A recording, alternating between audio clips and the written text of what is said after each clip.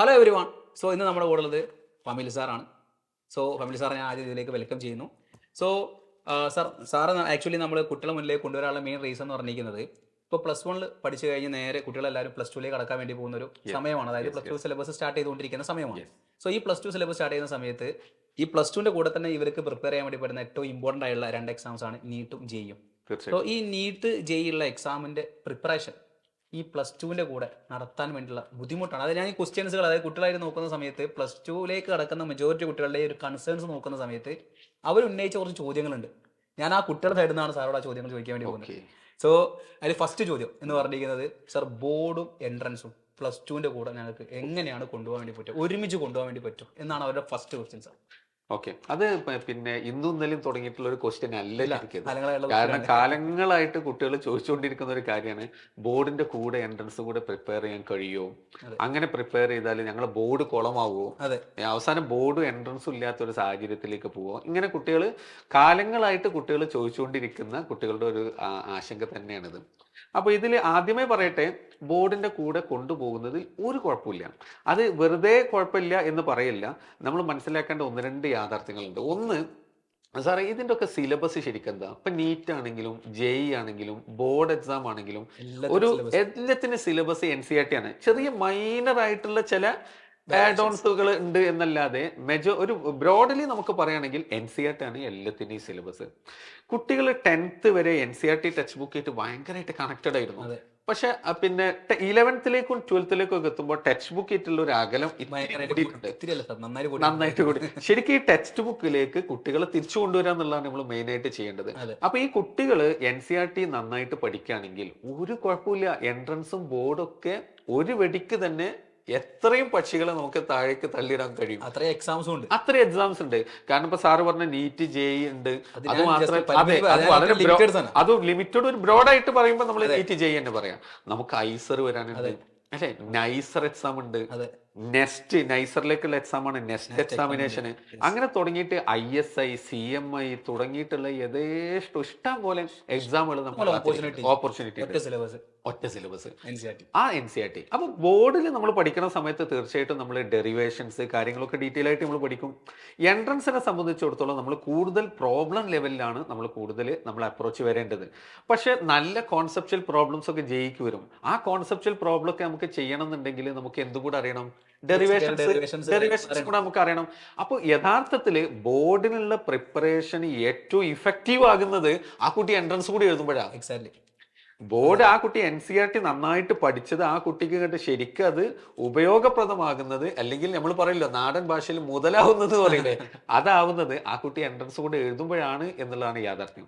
പിന്നെ ഇവർക്ക് ഉള്ള അവിടെ തന്നെ സാറ് ചോദ്യത്തിലുള്ള ഒരു കാര്യം കൂടെ, അങ്ങനൊക്കെ പഠിച്ചാൽ എൻട്രൻസ് കിട്ടുമെന്നുള്ള, ഏറ്റവും കൂടുതൽ എൻട്രൻസിൽ നല്ല റാങ്ക് വാങ്ങുന്ന ഫോർഫ്രണ്ടിലുള്ള കുട്ടികളിൽ മെജോറിറ്റി ആളുകൾ സാറേ ഫസ്റ്റ് അറ്റംപ്റ്റ് ആണ്. എക്സാക്ട്ലി. ഇതില് അത്ഭുതകരമായ ഒരു കണക്ക് നമ്മൾ എപ്പോഴും പറയാറുള്ളതാണ്, നമ്മൾ എല്ലാ മീറ്റിങ്ങുകളും നമ്മൾ പറയുന്നതാണ്. ജെഇ അഡ്വാൻസിനെ മാത്രം എടുക്കുകയാണെങ്കിൽ ഇന്ത്യയിലെ ഏറ്റവും ടഫസ്റ്റ് എക്സാമിനേഷൻ ആണ് ജെഇ അഡ്വാൻസ് എന്ന് പറയുന്നത്. ഈ അഡ്വാൻസ്ഡ് എക്സാമിൽ കഴിഞ്ഞ ഇതിന്റെ ഹിസ്റ്ററി ഒരു 50 ഇയേഴ്സിന്റെ ഹിസ്റ്ററി നമ്മൾ എടുത്ത് നോക്കുകയാണെങ്കിൽ അതിൽ ഒരു തവണ മാത്രമാണ് റിപ്പീറ്റ് ചെയ്ത കുട്ടിക്ക് ഫസ്റ്റ് റാങ്ക് കിട്ടിയത്. അത് 2002-ലാണെന്നാണ് ഞാൻ ഓർക്കുന്നത്. ബാക്കി എല്ലാ സമയത്തും ഫസ്റ്റ് റാങ്ക് കിട്ടിയിട്ടുള്ളത് ഫസ്റ്റ് അറ്റംപ്റ്റിൽ എക്സാം എഴുതിയ ആളുകളാണ്.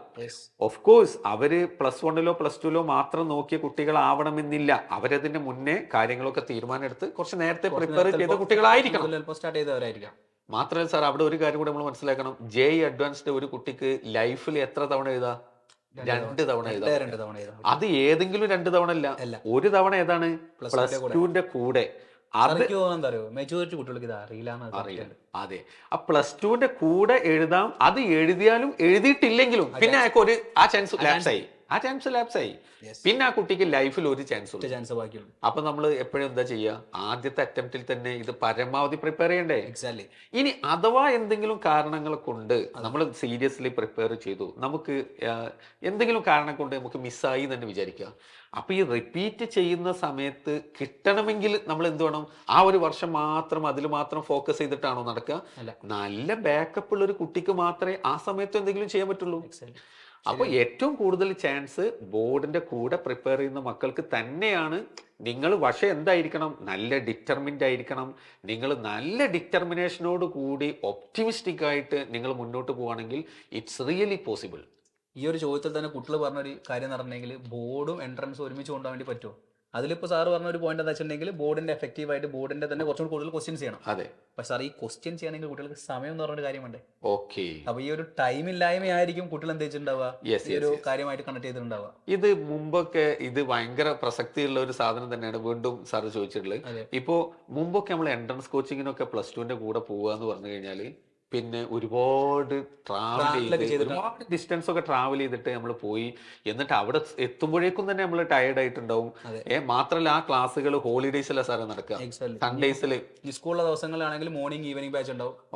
അത് രാവിലെ വൺ ടാസ്ക് ആണ്, വൺ ടാസ്കാ. അതേപോലെ ഈ ഹോളിഡേയ്സിൽ പോയി കഴിഞ്ഞാൽ ആ ഡേ അതോട് കഴിഞ്ഞ്. കാരണം അവിടെ എത്തുമ്പോഴത്തേനും ടയർഡായി, തിരിച്ചു വരുമ്പോൾ വീണ്ടും ടയർഡായി, പിന്നെ വേഗം കിടന്നുറങ്ങുക, പിന്നെ അത് പ്രിപ്പയർ ചെയ്യാൻ സമയമില്ല. ഇവിടെയാണ് നമ്മുടെ ഓൺലൈൻ കോഴ്സുകളുടെ പ്രസക്തി വരുന്നത്. ഞാൻ നേരത്തെ പറഞ്ഞ പോലെ നമ്മൾ കുട്ടികൾ ശരിക്കും നല്ല ഡിറ്റർമിൻഡ് ആണെങ്കിൽ ആ കുട്ടിയെ സംബന്ധിച്ചിടത്തോളം ഒരു ഭയങ്കര അനുഗ്രഹമാണ് ശരിക്കും ഈ ഓൺലൈൻ കോഴ്സ്. ഇപ്പോ നമ്മൾ ചെയ്യുന്ന എക്സാക്ട്ലി. കാരണം ആ കുട്ടിക്ക് ഡെയിലി ആണ് class, daily every day class, every day ഒരു 2 hour 3 hour ക്ലാസ് കിട്ടുന്ന സമയത്ത് വേറെ എങ്ങോട്ടും സാറേ പോണ്ട, വരുന്നു അവർ സ്റ്റഡി റൂമിൽ ഇരുന്നിട്ട്. എന്നാൽ ആ ക്ലാസ് ലൈവ് സെഷൻസ് ആണ്. എല്ലാ ഡൗട്ടുകൾ ചോദിക്കാൻ അവിടെ അവസരമുണ്ട്, ഡീറ്റെയിൽ ആയിട്ട് കാര്യങ്ങൾ പഠിക്കാം, സമയം തീരെ നഷ്ടപ്പെടുന്നില്ല. കാരണം റൂമിലാണ് ക്ലാസ്. അവർക്ക് വളരെ പേഴ്സണലി അറ്റൻഷൻ കിട്ടുന്ന വിധത്തിൽ തന്നെയാണ് ആ ക്ലാസ്സുകളൊക്കെ അറേഞ്ച് ചെയ്തിരിക്കുന്നത്. അപ്പൊ അതുകൊണ്ട് തന്നെ അത് ഇന്നത്തെ കാലത്ത് സാറ് പറഞ്ഞ ഒരു പ്രശ്നം ഇല്ല. കുറച്ച് മുമ്പാണെങ്കിൽ അതൊരു പ്രശ്നമാണ്, ഒരു സമയത്തിന്റെ പ്രശ്നം ഉണ്ടായിരുന്നു. ഇപ്പൊ അതില്ല. ഇപ്പൊ നമ്മുടെ ഈ സൂപ്പർ കിങ്സ് ബാച്ചിൽ നമ്മളിപ്പോ ബോർഡിന്റെ തിയറിയും എൻട്രൻസും, അതായത് എനിക്ക് തോന്നുന്നു വെച്ചിട്ടുണ്ടെങ്കിൽ നമ്മുടെ സൂപ്പർ കിങ്സ് ബാച്ചിൽ നമ്മൾ കൊണ്ടുവന്ന പാറ്റേൺ എന്ന് പറഞ്ഞിരിക്കുന്നത് നോർമലി ബോർഡിന്റെ ഫുള്ള് കോൺസെപ്റ്റും ഡെറിവേഷനും പഠിപ്പിച്ചതിന് ശേഷം സാർ പറഞ്ഞു MCQs നന്നായിട്ട് ചെയ്യണം. ഈ MCQs കുട്ടികൾ കഷ്ടപ്പെട്ട് ചെയ്യേണ്ട, ഏതെങ്കിലും MCQ ചെയ്യേണ്ട. അതായത് ഇപ്പൊ നീറ്റിന് പ്രിപ്പയർ ചെയ്യുന്ന കുട്ടികൾക്കാണെങ്കിൽ നമ്മുടെ സൂപ്പർ കിങ്സ് നീറ്റ് ബാച്ചിലുള്ള പെർഫെക്റ്റ് ആയിട്ട് PYQs ഉണ്ട്. അതേപോലെ തന്നെ JE കുട്ടികളാണെങ്കിൽ JEക്ക് വന്നിരിക്കുന്ന PYQs, അതാണ് അവർ കറക്റ്റ് എന്ത് ചെയ്യുന്നത്. അത് കറക്റ്റ് ചെയ്ത് കഴിഞ്ഞാൽ വളരെ ഈസിലി ആ സംഭവം കൊണ്ടുപോകാൻ പറ്റും, ഈസിലി ലക്ഷ്യത്തിലേക്ക് എത്താൻ പറ്റും. ഇത് വെറുതെ പറയുന്നതല്ല. നമ്മുടെ പിന്നെ ഒരുപാട് കുട്ടികൾ ആ രൂപത്തിൽ നമുക്ക് ലക്ഷ്യത്തിൽ എത്തിയ കുട്ടികൾ നമ്മുടെ മുമ്പിലുണ്ട്. ഫസ്റ്റ് അറ്റംപ്റ്റും തന്നെ JE ആണെങ്കിലും നീറ്റ് ആണെങ്കിലും ഒക്കെ ക്രാക്ക് ചെയ്ത് ഇഷ്ടം പോലെ മക്കളുണ്ട്. അപ്പൊ അതൊരു പ്രൂവൺ പാത്താണ്. നോർമലി കാണുന്ന ഒരു കുട്ടികൾ എന്ന് പറഞ്ഞിരിക്കുന്നത് ഇപ്പോൾ +2 അവരെന്ത് ചെയ്യുന്നില്ല, സാർ ഞങ്ങൾ എന്ത് ചെയ്യുന്നില്ല, +2 ഞങ്ങൾ ബോർഡ് മാത്രം നോക്കുന്നുള്ളൂ.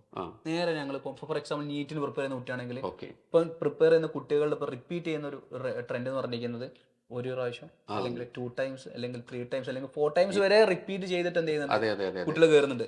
അപ്പോൾ ഈ +2 പഠിക്കുന്ന, ഞാനിപ്പോൾ ഒരു നീറ്റ് ആസ്പിറന്റ് ആണ്, +2 പഠിക്കുന്ന കുട്ടിയാണെങ്കിൽ സ്വാഭാവികമായിട്ട് എൻ്റെ മനസ്സിൽ വരുന്ന കാര്യം എന്താ വെച്ചിട്ടുണ്ടെങ്കിൽ ഈ +2 ഞാൻ പഠിക്കുന്ന സമയത്ത് എന്നെക്കാളും കൂടുതൽ 3-4 വർഷം എടുത്ത് പഠിച്ച സീനിയേഴ്സ് ഉണ്ടല്ലോ, അവര് എന്നെ ബീറ്റ് ചെയ്യില്ലേ സാർ? ആ ഒരു സംഭവം കുട്ടികളുടെ മനസ്സിലുണ്ടാവില്ലേ? തീർച്ചയായിട്ടും അത് ഒരു വളരെ റെലവെന്റ് ആയിട്ടുള്ള ഒരു കാര്യം തന്നെയാണ് ആ സംഭവം. കാരണം എന്താ വെച്ചാൽ ആ കുട്ടി വളരെ സ്റ്റുഡിയസ് ആയിട്ട് ഇരുന്ന് പഠിക്കുന്നു, അതോടൊപ്പം തന്നെ 2-3 വർഷം ഇങ്ങനെ റിപ്പീറ്റ് ചെയ്ത് വേറെ ചിന്തയില്ലാത്ത, അതിന്റെ ഒരു അഡ്വാൻറ്റേജ് ആ കുട്ടിക്ക് അല്പം ഒരു അഡ്വാൻറ്റേജ് ഉണ്ട് എന്നുള്ള കാര്യത്തിൽ സംശയമില്ല. കാരണം ആ കുട്ടിക്ക് വേറെ ചിന്തയില്ലാതെ. പക്ഷെ സാർ ഒരു കാര്യം കൂടെ ആലോചിക്കണേ, ആ കുട്ടിയോട് ഒരു മെന്റൽ പ്രഷർ എത്രയായിരിക്കും? തവണ തന്നെ റിപ്പീറ്റ് ചെയ്യുന്ന സമയത്ത് നമ്മുടെ മക്കളുടെ ഒരു പ്രഷർ.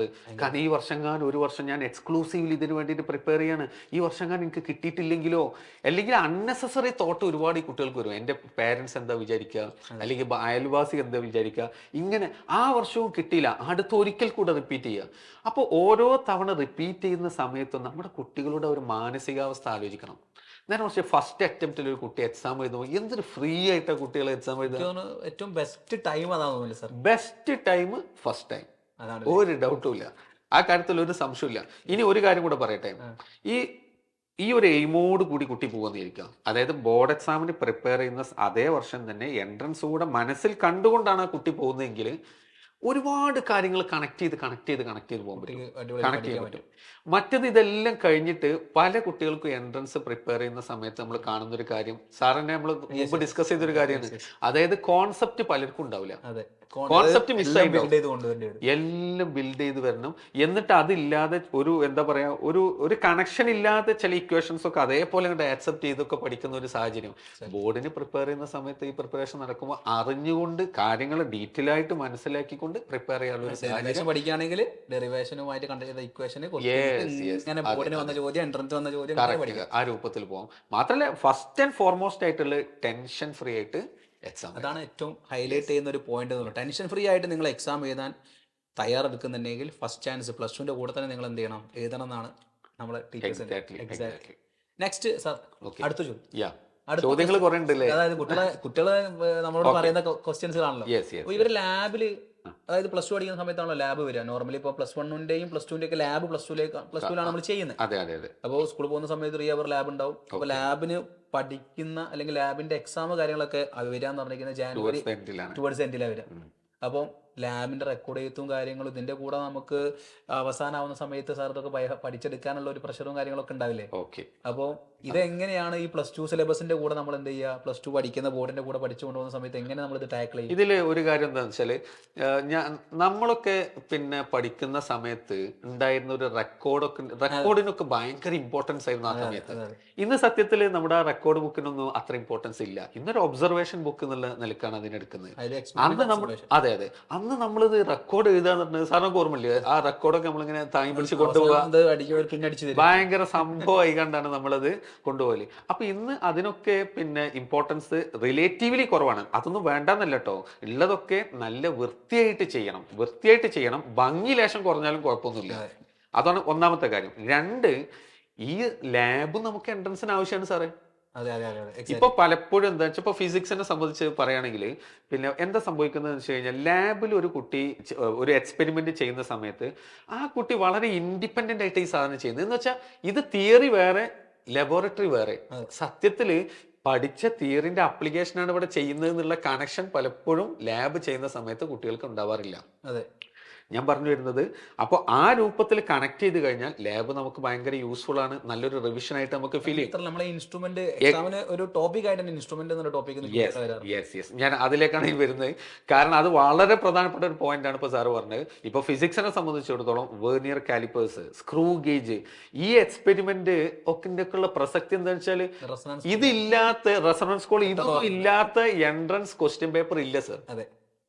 അത് നീറ്റ്, JEE, അഡ്വാൻസ്ഡ്, ഇതിലൊക്കെ നിങ്ങൾക്ക് വെർനിയർ കാലിപ്പേഴ്സോ സ്ക്രൂ ഗേജിന്റെ ഒക്കെ ഒരു ക്വസ്റ്റ്യൻ ഇല്ലാത്ത, ഒരു ക്വസ്റ്റ്യനെങ്കിലും ഇല്ലാത്ത ക്വസ്റ്റ്യൻ പേപ്പർ ഇവിടെ റീസെന്റ് വന്ന ക്വസ്റ്റ്യൻ പേപ്പറുകളിൽ ഒന്നും അങ്ങനെ ക്വസ്റ്റ്യൻ പേപ്പർ ഇല്ല. അതായത് എല്ലാത്തിലും ക്വസ്റ്റ്യൻ ഉണ്ട്. ഇപ്പൊ ലാബ് പഠിക്കുന്ന നമുക്ക് എന്തായാലും പഠിച്ചാൽ നമുക്ക് തീർച്ചയായിട്ടും അത് വെറും പഠനം മാത്രമല്ല, ആ എക്സ്പെരിമെന്റ് പഠിക്കുന്ന സമയത്ത് എന്താണ് അതിന്റെ സംഭവം, ഇപ്പൊ വെർനിയർ കാലിപ്പേഴ്സ് എങ്ങനെ അത് വർക്ക് ചെയ്യുന്നത്, എന്താ അതിന്റെ പിന്നിലെ കാര്യം എന്താണ്, എങ്ങനെ ഇതിന്റെ ലീസ്റ്റ് കൗണ്ട് വരുന്നു, ഈ കാര്യങ്ങളൊക്കെ ഭയങ്കര ഇൻട്രസ്റ്റിംഗ് ആണ്.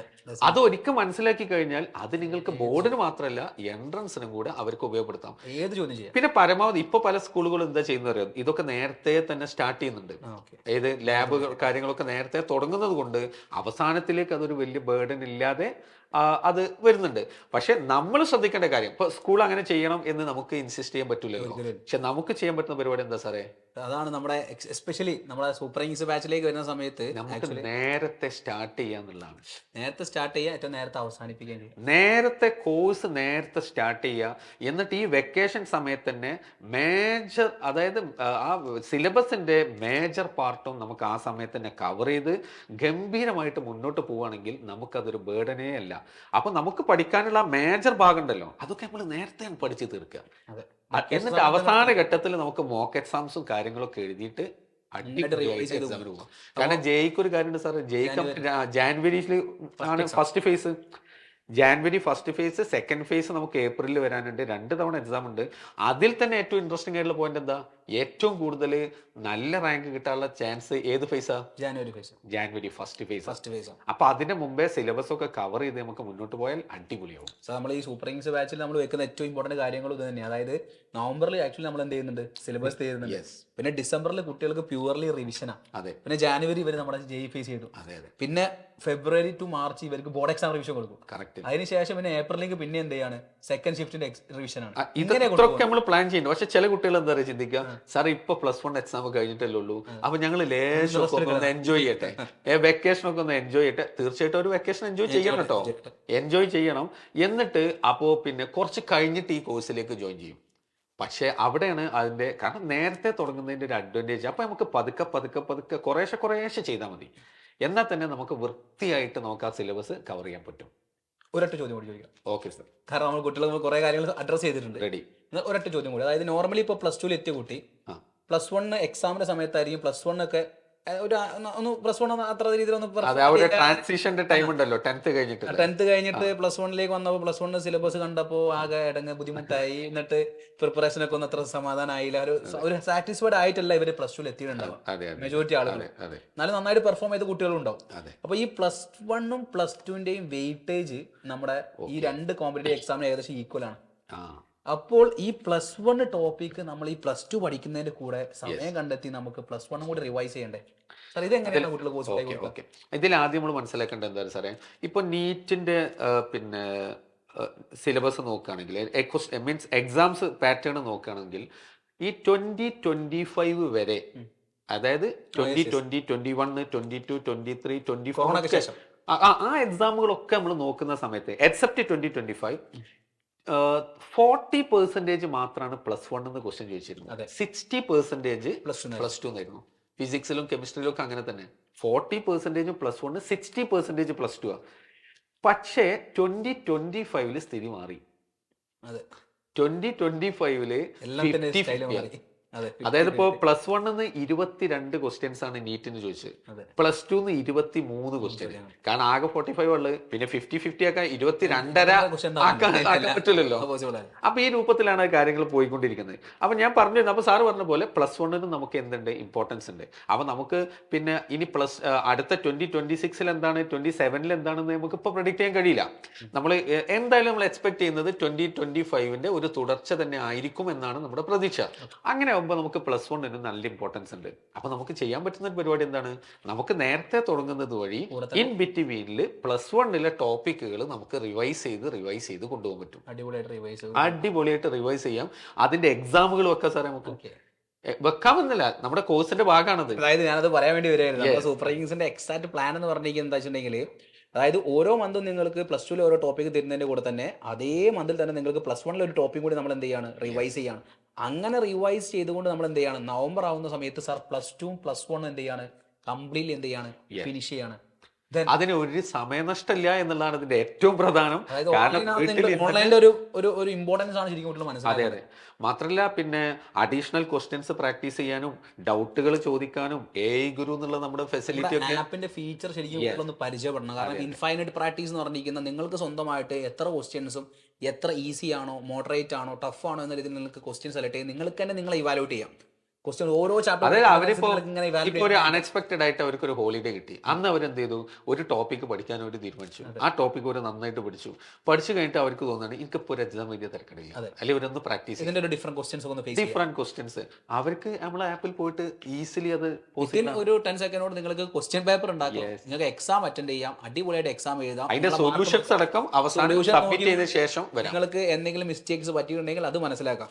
പിന്നെ അതേപോലെ തന്നെ നിങ്ങൾക്ക് ഉണ്ടാവുന്ന എനി ഡൗട്ട് AI ഗുരു എന്നുള്ള സൈലത്തിന്റെ ആപ്പിലുള്ള ഫീച്ചർ ഉപയോഗിച്ചുകൊണ്ട് നിങ്ങൾക്ക് എന്ത് ചെയ്യാം, ഏത് പുറമേയുള്ള ഒരു സൈറ്റ് നിങ്ങൾ ഉപയോഗിക്കേണ്ട, AI ഗുരു എന്നുള്ള ഫീച്ചർ ഉപയോഗിച്ചുകൊണ്ട് നിങ്ങൾക്ക് വിത്തിൻ സെക്കൻഡ്സ് അടിപൊളിയായിട്ട് നിങ്ങൾക്ക് അതിന്റെ സൊല്യൂഷൻ കൂടി എത്തുകയാണ് ശരിക്കും നമ്മുടെ സൂപ്പർ കിങ്സ് ബാച്ചിലേക്ക് നമ്മൾ തുടങ്ങുന്ന സമയത്ത് നമ്മൾക്ക് എത്തുന്നത്. സോ ഓൾറെഡി നമ്മുടെ സൂപ്പർ കിങ്സ് ബാച്ച് ലോഞ്ച് ചെയ്ത് കഴിഞ്ഞിട്ടുണ്ട് സാർ. അപ്പം ഈ ഒരു ബാച്ച് ലോഞ്ച് ചെയ്തിട്ടുണ്ട്. അതിന്റെ ഫസ്റ്റ് ക്ലാസ്സുകൾ നമ്മൾ എന്താണ്, ഈ ഒരു ഓറിയന്റേഷൻ സ്റ്റാർട്ട് ചെയ്യുന്നത് 20 സെക്കൻഡ്സിനാണ് ഫസ്റ്റ് ക്ലാസ് സ്റ്റാർട്ട് ചെയ്യുന്നത്. 20-ാം തീയതി നമ്മുടെ ഓഫർ എൻഡ് ചെയ്യാൻ വേണ്ടി പോവാണ്. സോ 10% ഓഫറോട് കൂടി പർച്ചേസ് ചെയ്യാനുള്ള അവസാന ചാൻസ് ആണ്. സോ എത്രയും പെട്ടെന്ന് നിങ്ങൾ എന്ത് ചെയ്യുക, ഇത്രയും ഫീച്ചേഴ്സുകളാണ് നമ്മുടെ ബാച്ചിലുള്ളത്. നിങ്ങൾ ആലോചിക്കേണ്ട ഇത്രയേ ഉള്ളൂ, ഇത്രയും എങ്ങനെയാണ് ഇത് ടാക്കിൾ ചെയ്യേണ്ട ഐഡിയ നിങ്ങളിലേക്ക് എത്തിയില്ലേ. എങ്ങനെയാണ് പ്ലസ് ടുവിൻ്റെ കൂടെ തന്നെ പ്ലസ് വൺ പഠിച്ചുകൊണ്ട് നീറ്റ് ജെഇ പോലുള്ള ഒരു കോമ്പറ്റേറ്റീവ് എക്സാം, കുറേ എക്സാംസ് ഉണ്ട്, അതിന് പുറമെ നമ്മൾ ഫോക്കസ് ചെയ്യുന്ന നീറ്റ് ജെഇ പോലുള്ള ഒരു കോമ്പറ്റേറ്റീവ് എക്സാം എങ്ങനെ പ്ലസ് ടുവിൻ്റെ കൂടെ നമുക്ക് അടിപൊളിയായിട്ട് ക്രാക്ക് ചെയ്യാന്നുള്ള ഐഡിയ നമ്മുടെ ഫമിൽ സാർ പറഞ്ഞു ഏകദേശം. സോ ഇനി നിങ്ങളുടെ സൈഡിൽ നിന്ന് വളരെ ഡിറ്റർമിൻഡ് ആയിട്ട് വളരെ പാഷനോട്ടോട് കൂടി നല്ല അടിപൊളിയായിട്ട് പഠിക്കാനുള്ള ഒരു മൈൻഡ് സെറ്റോട് കൂടി നമ്മുടെ 22-ാം തീയതി തുടങ്ങുന്ന ക്ലാസ്സുകളിൽ നിങ്ങളെല്ലാവരെയും ഞങ്ങൾ എന്ത് ചെയ്യുന്നുണ്ട്, എക്സ്പെക്ട് ചെയ്യുന്നുണ്ട്. സോ ഓഫർ ഡേറ്റ് മറക്കണ്ട സാർ, 22-ാം തീയതി ക്ലാസ് തുടങ്ങുന്നതെങ്കിൽ കൂടി ഫസ്റ്റ് ക്ലാസ് നിങ്ങൾക്ക് ഫ്രീ ആയിട്ട് യൂട്യൂബിൽ അവൈലബിൾ ആയിരിക്കും. സോ സെക്കൻഡ് ക്ലാസ് ആപ്പിൽ അവൈലബിൾ ആയിരിക്കും. അതുമാത്രമല്ല ഓഫർ ഡേറ്റ് മറക്കരുത്, 20-ാം തീയതി ഓഫർ ഡേറ്റ് എന്നുള്ള കാര്യം ആലോചിക്കുക. അപ്പൊ അടിപൊളിയായിട്ട് എല്ലാവരും പഠിക്കുക. എല്ലാവരും ഉദ്ദേശിച്ച പോലെ എൻട്രൻസ് എക്സാമിലും ബോർഡ് എക്സാമിലും ഒരുപോലെ പെർഫോം ചെയ്യാൻ എല്ലാവർക്കും കഴിയട്ടെ സാർ. യെസ് മകളെ, okay, all the best, by.